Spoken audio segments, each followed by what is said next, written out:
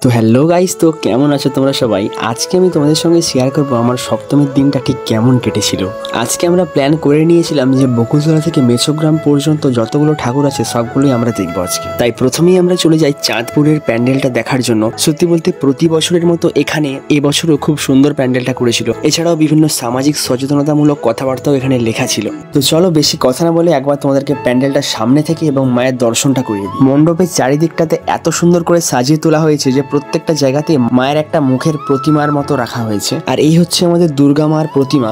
সত্যি বলতে প্রতিমাটা তো খুবই সুন্দর ছিল, এই নিয়ে কোনো কথাই হবে না। আর তোমরা চাঁদপুর কবে এসেছিলে সেটা কিন্তু কমেন্টে জানাতে ভুলো না। এরপর আমরা আবার গাড়িতে উঠে পড়লাম আর কিছুটা পথ যাওয়ার পরেই চলে আসলো সুলতাননগর। আর সুলতাননগরে শুনেছি নাকি এবারে খুব ভালো একটা প্যান্ডেল করেছে। তো চলো তাহলে সুলতাননগরের দিকে যাওয়া যাক। সত্যি বলতে আমি একটা এরকম প্ল্যান বানিয়েছিলাম যে পঞ্চমীর দিনের ভিডিও পঞ্চমীতে ছাড়াবো, ষষ্ঠীর ভিডিও ষষ্ঠীতে, সপ্তমীর ভিডিও সপ্তমীতে।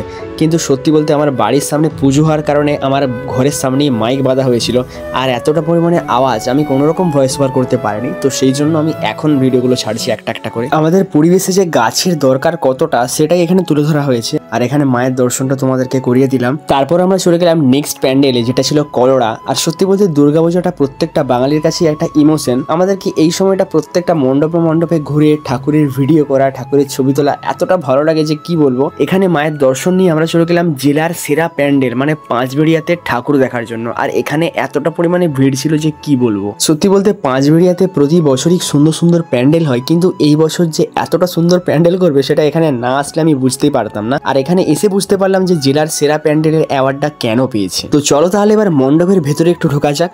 তো গাইস আমরা এখন আছি পাঁচবেড়িয়ার প্যান্ডেলের মধ্যে। আর এখানে এতটা পরিমাণে সুন্দর ঠাকুর হয়েছে কি বলবো, তোমরা জাস্ট একবার দেখো কতটা সুন্দর হয়েছে। আর এটা এমনি এমনি প্যান্ডেলটা প্রথম হয়নি, জেলার মধ্যে ফার্স্ট হয়েছে প্যান্ডেলটা। জাস্ট তোমরা উপরগুলো দেখো, এখানে একটা ঝাড়বাতির মতো আছে, ওইদিকে সব টেরাকোটার কাজ। তো ভিড় আর স্বেচ্ছাসেবক গুলাকে দেখতে পাচ্ছ, বাইরে বের করে দিচ্ছে আমাদেরকে। না ভালো কাজ হচ্ছে ভাই। আর তোমাদের মধ্যে অনেকেরই এটাই প্রশ্ন যে মানুষদা এখন কেন আর আগের মতো অ্যাক্টিভ নেই। তাদের উদ্দেশ্যে আমার একটা কথাই বলার, সবেমাত্র আমার কলেজ শেষ হয়েছে, তো এরপরে কি করব সেটা নিয়ে একটা বড় সমস্যা। যেহেতু মধ্যবিত্ত ঘরের ছেলে, তাই ভিডিও তো ভালো লাগে করতে, কিন্তু ভিডিওটা নিয়েও সবসময় পড়ে থাকতে পারে না, তাছাড়াও অনেক কাজ করতে হয়। তো সেই জন্যই এখন যতটা সম্ভব ভিডিওটা করার চেষ্টা করি, তবুও ঠিক হয়ে ওঠে না। তো তোমরা প্লিজ একটু সাপোর্ট করো। এই দেখো তোমাদের সঙ্গে কথা বলতে বলতে পৌঁছে গেলাম সোনামুই। আর এখানে এসে যেটা বুঝলাম যে প্রায় প্রত্যেকটা জায়গাতেই এই বছরে লাইটিং এর উপর প্যান্ডেল করা হয়েছে, যেগুলো দেখতে তো খুবই সুন্দর লাগছে আর যেগুলো চোখেও খুব সুন্দর লাগছে দেখতে। সত্যি বলতে অনেক পুজো মণ্ডপ তো ঘোরাও হয়নি, তার একটাই কারণ যেহেতু আমার নিজের বাইক নেই। আমার একটি বন্ধুই ভরসা, সে টাইম দিলে আমি তখনই যেতে পারি। আমাকে অনেকেই মেসেজ করেছিল যে দাদা আমাদের এখানে এসো ভিডিও করে যাও, আমাদের খুব বড় সড়ো প্যান্ডেল করা হয়েছে। তো তাদের কাছে আমি ক্ষমা চেয়ে নিচ্ছি, আমি যেতে পারিনি, তার একটাই কারণে তোমাদেরকে বলেই দিলাম। তো চলো এখন তোমাদেরকে ঠাকুরের দর্শনটা করিয়ে দিই।